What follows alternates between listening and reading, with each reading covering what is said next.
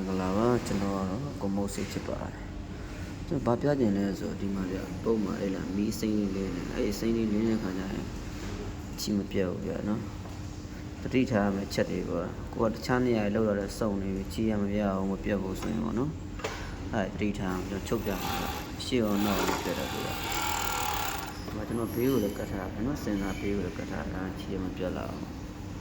အဲ့ဒီမျိုးတိုင်းဘယ်လိုသွားတော့မလဲချက်ပြရမယ်နော်လော့ပုံလေးပုံ S ကုန်းလေးပဲဗျာနော်操作模式 S ကုန်းလေးပုံနီယွန်စာရန်လေးနေဗျာ大网料အဲ့ဒါချက်ထနေဗျာနော်နော်ရှေ့မှာအောက်ဆုံးကနော်ဒီမှာဒီမှာနံပါတ်များနေတယ်လားအကောင့်လေးမှာနှိပ်လိုက်မီးစင်းလေးပြောက်သွားလိမ့်မယ်တစ်ချက်ကြည့်မီးစင်းပြောက်အောင်လုပ်လိုက်နော်နှုတ်မနော်ဒီကမီးစင်းပြောက်သွားတယ်လားအနည်းဆုံး45လောက်ထားလိုက်ပြန်နော်ဒါက S ကိုနေလဲနော်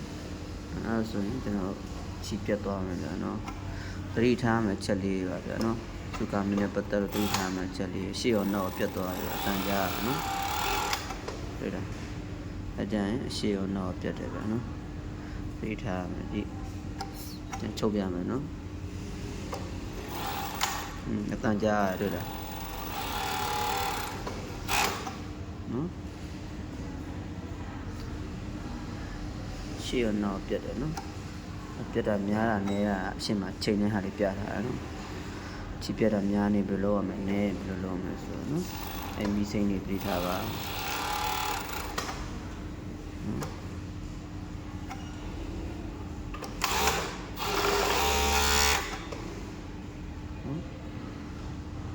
ချက်ကျွန်တော်ကြားရတယ်သူက